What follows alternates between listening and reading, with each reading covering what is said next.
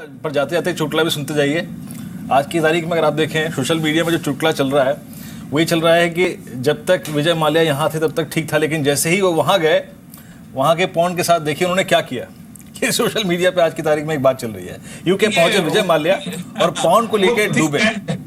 देखिए पाउंड जो है 6 महीना पहले 1.41 था, तो वहां से 1.50 क्यों गया मुझे पता नहीं चलता है। ये देखिए मार्केट बिहेव करता है, वो फिर आ जाएगा अपने जगह पर। ये तो लोग जो है सत्ता खेल रहे हैं, वो खुद ले जाते हैं, खुद उतारते हैं। हम तो उस पर जो है ये सोशल मीडिया पर कमेंट करना ठीक है, हमें कोई प्रॉब्लम नहीं है, मगर उस पर बहुत ध्यान नहीं देना चाहिए। हमको अपने फंडामेंटल पर ध्यान देना चाहिए और अपना काम जो सही हम समझते हैं करते रहना चाहिए। चलिए मिस्टर गर्दी, बहुत बहुत शुक्रिया सर, आप इस कार्यक्रम में शामिल हुए और इस मुद्दे पे बात की आपने। हमारे साथ इस वक्त एक और खास मेहमान है मिस्टर अजय बग्गा। बग्गा साहब, आपने सुना अभी चक्रवर्ती साहब को, और आप क्या कहते हैं? आई मीन ये इवेंट आज बाजार ने एक रिएक्शन दे दिया। निफ्टी 350 अंक था, एक समय बाजार में लग रहा था कि अजय जी आज क्या हो जाएगा। डाउ फ्यूचर्स को देख लीजिए, यूरोपियन फ्यूचर्स को देख लीजिए, निफ्टी को देख लीजिए, सेंसेक्स को देख लीजिए, त्राईमान स्थिति थी। लेकिन आज सबसे अच्छा, बुरा तो हम सुबह से बात कर रहे हैं अजय जी, सुबह से फ्रेंकली स्पीकिंग बुरा देखते देखते बात करते करते थक गए। अच्छा क्या लगा आपको और अच्छा क्या लग रहा है इस वक्त? जी बिल्कुल, आई थिंक अच्छी बात आज के दिन में जो आप कह सकते हैं जो रिकवरी आई है, G7 देशों के वित्त मंत्रियों की एक टेलीफोन कॉन्फ्रेंस जारी है। हमें एक्सपेक्टेशन ये है कि सेंट्रल बैंक्स का कन्वर्जेंट एक्शन आएगा। ऑलरेडी ये जिस तरह से मार्केट में रिकवरी आई है, कुछ ना कुछ होगा, लिक्विडिटी जरूर पुश की जाएगी सेंट्रल बैंक्स के द्वारा। आप QE और देख सकते हैं, US का इंटरेस्ट रेट्स बढ़ाना तो अब लगभग तय है कि इस साल तो वैसे ही नहीं लग रहा था, फरवरी तक पुश हो चुका था अगले साल के। अब लग रहा है कि नियर फ्यूचर में इंटरेस्ट रेट नहीं है। यही तो यही चीज अजय मैं आपको रोकना चाहूंगा ये इसी चीज पे। आई मीन मैं अल्टीमेटली ये भी प्रश्न पूछने वाला था चक्रवर्ती जी से, ये आपसे पूछता हूँ। आपको लगता है कि जो US में, आई मीन वहाँ के जो पैनल ने बात कही थी कि भैया कम से कम इस साल 2 तो कम से कम रेट हाइक होंगे, वो 2 रेट हाइक की पॉसिबिलिटी सर ब्रेग्जिट के बाद आपको कितनी लगती है? 0 हो गई है, क्योंकि उसमें अब प्रॉब्लम यह है कि ब्रिटेन का जो ट्रेड है आपको रीनेगोशिएट करना पड़ेगा 27 और कंट्रीज के साथ इंडिविजुअल। US का जो था वो EU के अंदर, अगर आपने EU में कर लिया अगर एक एग्रीमेंट 28 कंट्रीज के साथ आप कर सकते थे, तो ब्रिटेन को अब पूरा अपना ट्रेड रीनेगोशिएट करना है। इतना अनसर्टेनिटी है कि उनका प्रधानमंत्री कौन रहेगा, प्रधानमंत्री ने इस्तीफा दिया है, तो बहुत कुछ अनसर्टन बन गया है। इसमें क्या होता है अब, कॉन्टेजियन क्या आता है, हम जो कहते हैं सेकंड ऑर्डर इफेक्ट। एक चीज होगी, कंपनियां जो पैसा लगाने वाली थी वो हाथ रोक लेंगी कि अगले 6 महीने देखते हैं किस तरह का माहौल बनता है। तो ऑलरेडी कैपेक्स जो डाउन था, $1 ट्रिलियन का capex already oil companies cancel कर चुकी हैं अगले 2 साल के लिए, जो उनका संभावित कैपेक्स था। तो बहुत रिसेशन आने की उम्मीद है। दूसरा, कमोडिटी प्राइसेस, आज आपने देखा जिस तरह तेल 4% गिरा, उसका सेकंड ऑर्डर इफेक्ट आता है पूरे वेस्ट एशिया पे। और ये ध्यान रखिए 18% जो तेल के बोरोवर्स हैं हाई यील्ड में US में, वो ऑलरेडी डिफॉल्ट में हैं $50 के ऑयल के प्राइस पे। 18% कंपनियां डिफॉल्ट में हैं। अगर वो बढ़ता है तो कोई तरीका ही नहीं है फेड को इंटरेस्ट रेट बढ़ाने का। तो ओवरऑल इसका क्या निकलता है निष्कर्ष, इतनी बड़ी कंट्री निकल रही है एक संगठन से, अनसर्टेनिटी बढ़ती है, फाइनेंशियल कॉन्टेजियन आता है दुनिया भर में।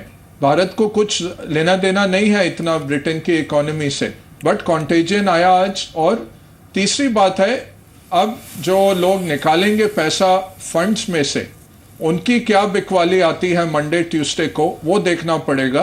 क्योंकि 2 चीजें हैं भारत में जो हमारे अगेंस्ट वर्क करती हैं। एक तो हमारे यहाँ पैसा जो आता है ETF से आता है, जो बहुत चालू पैसा रहता है, लॉन्ग इक्विटी पैसा नहीं आता है, जो लॉन्ग शॉर्ट होता है वो ज्यादा रुक के आता है।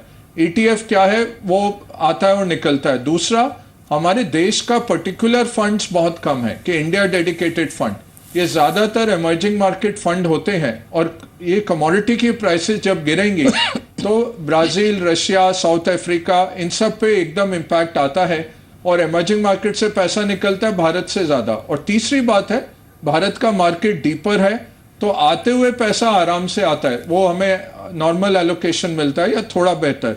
निकलते हुए हमारे से ज्यादा पैसा निकल जाता है क्योंकि लिक्विडिटी कहीं और आपको नहीं मिलती है। हमारा काफी डीप मार्केट है, ये फंड निकाल पाते हैं, तो हमारे यहाँ बिकवाली ज्यादा होगी। चलिए, लेकिन अब ऐसी मार्केट पे आपको बताते कुछ ऐसे ट्रेड्स जहां पर आज आपको खरीदारी या बिकवाली करनी है और आप सोमवार को अच्छा मुनाफा कमा सकते हैं। साक्षी मेरे सहयोगी इस समय मेरे साथ जुड़ी इन हाउस रिसर्च टीम से, उन्होंने ब्रोकिंग हाउसेस का व्यू लेने की कोशिश की। साक्षी बताएं कौन से पिक्स हैं जो रडार पर हैं इस समय? शुक्रिया रजत। शुरुआत करते हैं हम जगदीश ठक्कर की कॉल्स के साथ। भारतीय इंफ्राटेल पर इन्होंने बुलिश राय दी है। खरीदारी के लिए टारगेट्स बताएं 330 के, नीचे में हम स्टॉप लॉस लगा सकते हैं 315 का। एशियन पेंट्स पर भी ये बुलिश है और BTST ट्रेड रेकमेंड यहाँ पर किया है, टारगेट बताया है 995 का, स्टॉप लॉस लगाने के लिए कहा है 978 का। एक्साइड पर कृणाल दायमा की राय है। खरीदारी के लिए एक्साइड के लिए जो टारगेट्स दिए हैं 169.80 के हैं, स्टॉप लॉस हम नीचे में लगा सकते हैं 163 का। इनकी जो अगली पिक है वो STBT ट्रेड है, बॉश पर इन्होंने बिकवाली की राय दी है। टारगेट यहाँ पर बताया 20,780 का और स्टॉप लॉस हमें ऊपर में लगाना होगा 21,350 का। आखिरी कॉल्स है प्रदीप सुरेखा की तरफ से। स्टेट बैंक ऑफ इंडिया पे पॉजिटिव है, खरीदारी के लिए इन्होंने सलाह दी है। टारगेट्स जो बताए हैं 219 के हैं, नीचे में हम स्टॉप लॉस लगा सकते हैं 206 का। और आखिरी पिक इनकी जो है वो है फार्मा स्पेस से औरो फार्मा पर, यहाँ पर भी बुलिश राय है इनकी। टारगेट बताया इन्होंने खरीदारी के लिए 715 का और स्टॉप लॉस नीचे में हम मेंटेन कर सकते हैं 685 का। जी हाँ, चलिए, तो ये अगर आप देखें 6 BTST कॉल्स थी। कुछ ट्रेडिंग बेट्स और देख लेते हैं हमें, जहाँ पे आप दाव लगा सकते हैं, सोच विचार कर सकते हैं। देखिए LNT पे सेल कॉल है, 35 रुपये नीचे है, 1400 का आप देखें तो लक्ष्य है, 1442 का स्टॉप लॉस है। LNT की पहली सेल कॉल आई है। दूसरी कॉल देखते हैं AK प्रभाकर की जो है, उसमें है Havells, again it's a short, 359 का अगर आप देखें स्टॉप लॉस, 348 का लक्ष्य। माफ़ कीजिएगा, ये ट्रेडिंग कॉल गलत है। उसके बाद इनकी एक बाय कॉल है बजाज ऑटो, करीब 2700 का लक्ष्य है, 2640 का स्टॉप लॉस। अगर आप भी किसी ट्रेड के बारे में जानना चाहते हैं, target, stop loss, accumulation zone, कहाँ खरीदूँ, कहाँ बेचूँ, क्या खरीदूँ, क्या बेचूँ, तो आप संपर्क कर सकते हैं हमसे। ये व्हाट्सएप नंबर आपकी स्क्रीन पर है, मैसेज कर दीजिए 7840020000। इस पर आप मैसेज कर सकते हैं। लेकिन एक आई थिंक आज का सबसे बुरा स्टॉक कौन सा है सुबह से, जिसके पीछे अगर आप देखें, हम सब पढ़े, आप, मैं, सब के सब, टाटा मोटर्स। आखिर क्या क्या गुनाह कर दिया इस कंपनी ने? आप देखिए, आज से साल भर पहले हम इसे कहते थे चाइना चाइना चाइना चाइना, आज यूके के पीछे रोने लगे। क्या वाकई हमें 448 पे इतना परेशान करना चाहिए था इस स्टॉक को? क्या सडनली इतना नेगेटिव होना चाहिए था? मिस्टर बंसल, आप क्या कहेंगे?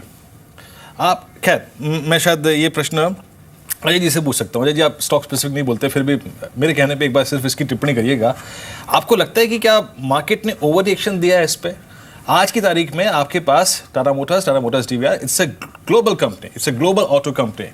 सिर्फ यूके इशू के चलते हमें क्या इतना पनिश करना चाहिए था? और इस प्राइस पे क्या आप बायर हैं? जी बिल्कुल वीरेन जी, देखें तो प्रॉब्लम क्या थी? प्रॉब्लम थी मार्केट बहुत कॉम्प्लेसेंट हो गया। पिछले 4-5 दिनों में मार्केट ने ये तय कर लिया था कि ब्रेक्सिट नहीं हो रहा है। पोल्स के आते हुए कोई भी आज ऐसा नहीं था जो मार्केट में उतरा सवेरे कि सोच के कि ये ब्रेक्सिट हो जाएगा, इंक्लूडिंग ब्रिटेन के प्रधानमंत्री। उनको भी ये उतना ही सरप्राइज मेरे ख्याल से आया। तो और उन बेचारों का तो जॉब भी गया। आज सबसे बड़ी हानि तो उनको हुई, स्टॉक्स तो छोड़िए। अब ये देखना है कि कितने दिन तक ये अनसर्टेनिटी रहती है। जो एनालिसिस है वीरेन के 10% लगभग यूके का मार्केट गिरेगा, वो भी नहीं हुआ। हमें ये जो कॉन्ट्रा इसका व्यू था कि सेंट्रल बैंक्स उतरेंगे मार्केट में और लिक्विडिटी बढ़ाएंगे, इंश्योर करेंगे कि इस तरह की कंडीशंस रहें कि बिजनेस खर्चा करे और कंज्यूमर्स खर्चा करें। अगर वो दोनों होते हैं, ऑटो चलेगा, ग्लोबल ऑटो चलेगा। हमें कोई ऐसा दिखता नहीं है निष्कर्ष निकलते हुए कि इतना आप ग्लोबल ऑटो को सेल करें। बट जब बिकवाली होती है, यही आता है ऑर्डर के सब कुछ बेचिए और लिक्विडिटी क्रिएट करिए। हम भी जब चलाते थे, फॉरेन से ऑर्डर आ जाएगा, इतना पैसा आप किसी भी हाल में निकालिए। तो वही देखा जाता है कहाँ से पैसा निकाला जाए, और ओवरशूट करते हैं मार्केट, ऊपर जाते हुए भी, नीचे आते हुए भी। तो आज मार्केट्स ओवरशूट किए नीचे जाते हुए।